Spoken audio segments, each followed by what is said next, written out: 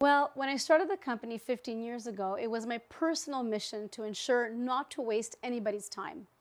I wanted to start into this business because I saw so many times employers wasting time, candidates being disrespected, being ghosted, being sent to a wrong interview. I've seen a lot of things prior to starting this business and this little cabinet of recruitment.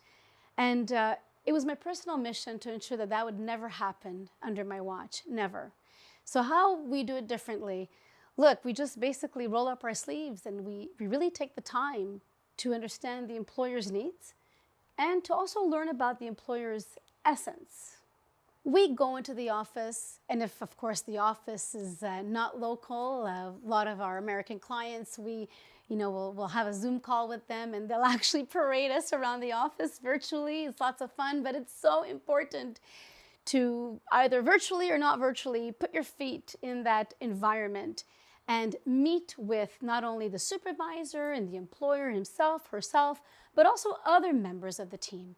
You gotta capture their personalities, their style in management, how funny they are, how maybe serious they are. All of these elements are so important when you go out there and find a candidate to present to the employer.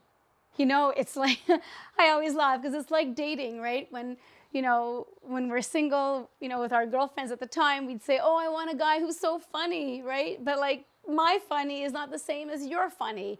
And it's only meeting that person do you understand that type of funny, if it works for you or not. I really feel it's the same thing. It's something that cannot be put in words or writing. It's a feeling. And that's why it is so important to capture the essence of the employer. And then when we're interviewing candidates, sure, we dive into their abilities, their experience. We hear about their stories. We make sure they really have what it takes to respond to the demands of the position. But also we learn more about their character, their personalities. What are they curious about? What are they motivated about? We ask them stories, and we ask them to share stories with us about their worst day in a work day. Or tell me about a story that was so incredible, so it made your day so much fun.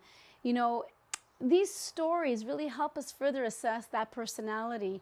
And also we ensure that, that candidate merits the time and consideration of a very busy employer. And we also make sure that this poor candidate that's looking for a new opportunity is not wasting time going to a wrong job title or work environment or work opportunity.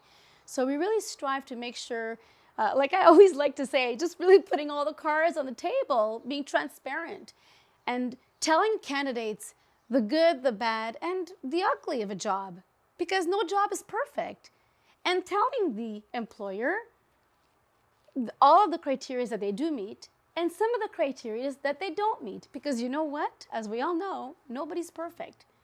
So we strive on, we're very proud in telling the employer, okay, we found a great candidate.